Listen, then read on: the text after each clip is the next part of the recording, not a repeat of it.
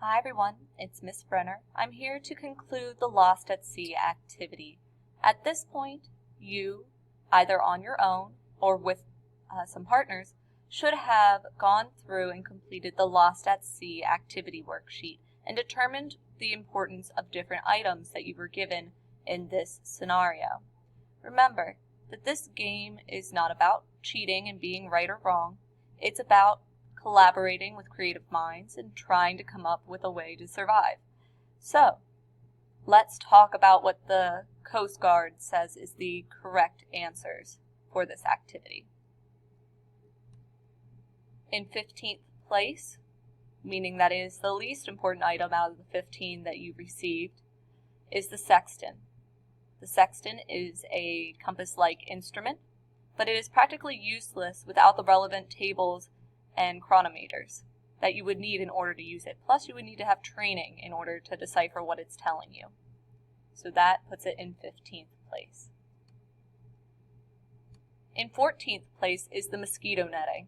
There are no mosquitoes in the middle of the Atlantic Ocean, and the netting is useless for anything else. It is not strong enough to be able to catch fish, nor is it knitted enough to qualify as a blanket, so it's practically useless in this setting. Number 13 is the maps of the Atlantic Ocean. Oh my goodness. It's worthless without navigation equipment, and it doesn't pair with the Sexton. Plus, you don't know your current location. Number 12 is a small transistor radio. You would be out of range of any radio station. So since we are assuming you're in the middle of the Atlantic Ocean and you can't even see the shoreline, odds are that you wouldn't be able to contact anybody using it. Number 11 is a bottle of 160 proof rubbing alcohol. So this contains 80% alcohol, which means that it can be used as an antiseptic for any injuries. Otherwise, it has very little value to you, especially because as you become dehydrated, you become forgetful and unaware of your surroundings, and the odds of you accidentally drinking it go up, and that would cause extreme damage to your body. So, not a good idea. Number 10 is a can of shark repellent. I mean, it repels sharks. Of course it has some use, at least more than the giant paperweight that is the Sexton, since you can't use that at all.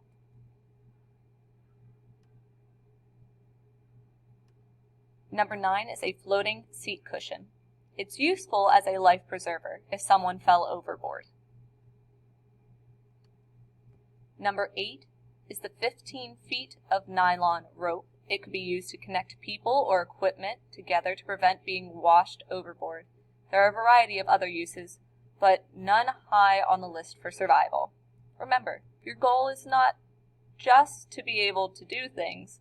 You want to be able to survive, which means you want to be rescued. Number 7, an ocean fishing kit and pole. Ranked lower than the chocolate, which I'm going to talk about in a minute, there is no guarantee you will catch any fish. The pole might be used as a tent pole. There are different creative things that you could do with it, but there are no guarantees that you would actually catch anything that you could actually eat in the middle of the Atlantic Ocean. Number 6 is 2 boxes of chocolate bars. I mean, food is food, and so therefore you could eat it and it would help you to survive. Number 5 is 20 square feet of opaque plastic sheeting. Can be used to collect rainwater because you cannot drink or boil the ocean water and drink it. It can also create shelter from wind and waves. Number 4 is a case of army rations. This is your basic food intake. So, of course, food is essential for survival. However, some things are more essential than food. Number 3 is a 25-liter container of water. This is vital to restore fluids lost through perspiration. 25 liters will supply water rations for our group for several days. So it's very important to stay hydrated. Number 2 is a 10-liter can of oil or gas mixture.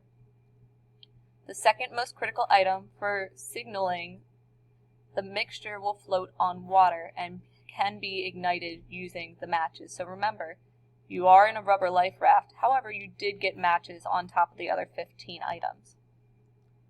So I'll give you a moment if you want to try and figure out what's number 1. And the reason it's number 1, remember, it's survival, but you won't survive forever if you don't get rescued. Number 1 is a shaving mirror. Of all the items, the mirror is absolutely critical. It is the most powerful tool you can have for communicating your presence. In sunlight, a simple mirror can generate 5 to 7 million candle lights power of light. The reflected sunbeam can even be seen beyond the horizon. So, more importantly than anything, yes, you need water and food to survive, but you do need to find people somehow and signal to them that they need to come rescue you.